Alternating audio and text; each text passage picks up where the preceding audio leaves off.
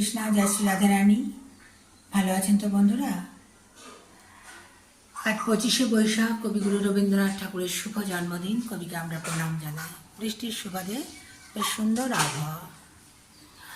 এখন আমি বিউলির ডাল বানাচ্ছি। কাল রাতে পরিমাণ মতো বিউলির ডাল ভিজিয়ে রেখেছিলাম।